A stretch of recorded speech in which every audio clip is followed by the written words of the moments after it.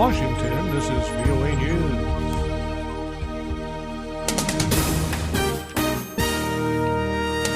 President Obama condemns Islamic militant beheading of American journalists. Ebola death toll rises in West Africa. I'm Ray Kouguell reporting from Washington. The U.S. Defense Department says it attempted but failed to rescue U.S. hostages being held in Syria by the Islamic State, including beheaded journalist James Foley. Pentagon spokesman John Kirby says the mission did not succeed because the hostages were not at the location where they were believed to have been held. A top U.S. official says President Obama authorized the mission earlier this summer. Mr. Obama said earlier Wednesday the videotaped beheading of James Foley by an Islamic State militant has appalled the world. Luis Ramirez reports. President Obama interrupted his vacation in the U.S. state of Massachusetts to issue a stern and solemn statement after U.S. intelligence confirmed the authenticity of a video showing a militant killing journalist James Foley. Today, the entire world is appalled by the brutal murder of Jim Foley by the terrorist group ISIL. President Obama recently ordered airstrikes that have helped Iraqi forces, including Kurdish fighters, stop the militants from approaching the northern city of Erbil. The militants have said they killed Foley in retaliation for the airstrikes. Mr. Obama said U.S. operations will continue and warned the U.S. will seek justice. Luis Ramirez, VOA News, at the White House. The Ebola epidemic gripping West Africa claimed another 106 lives, raising the overall death toll to 1,350. The World Health Organization reported the new figures Wednesday as officials in Liberia imposed a general quarantine on 2 suburbs of the capital Monrovia in hopes of curbing the outbreak. Liberia is where 90% of the new deaths are reported. This is VOA News. Israel and Hamas carried out dozens of attacks on one another Wednesday, with one Israeli airstrike killing the wife and infant son of the Hamas military leader in Gaza.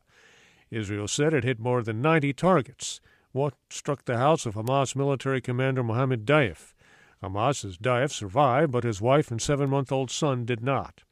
Prime Minister Benjamin Netanyahu said the Israeli military would conduct an extensive campaign in Gaza until calm and safety is restored for Israeli citizens.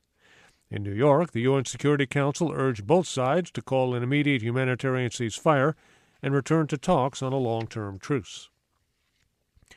U.S. Attorney General Eric Holder met with community leaders and residents of the Midwestern town of Ferguson, Missouri, in response to 11 days of unrest after a local police officer shot and killed an unarmed black teenager.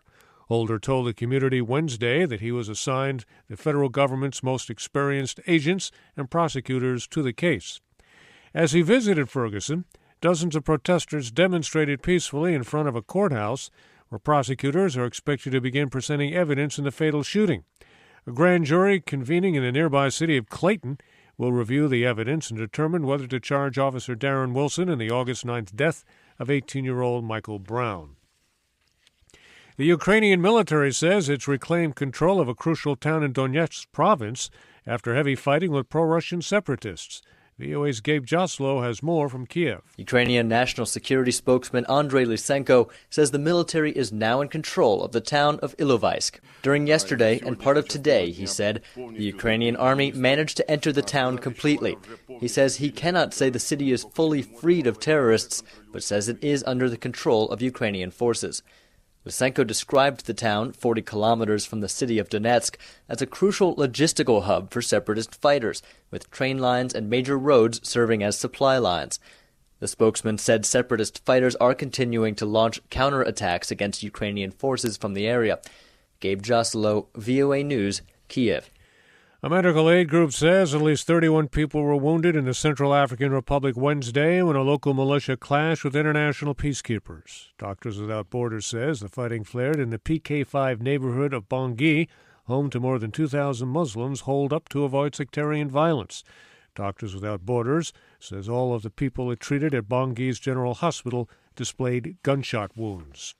At least 35 people died Wednesday when landslides buried dozens of houses on the outskirts of Hiroshima.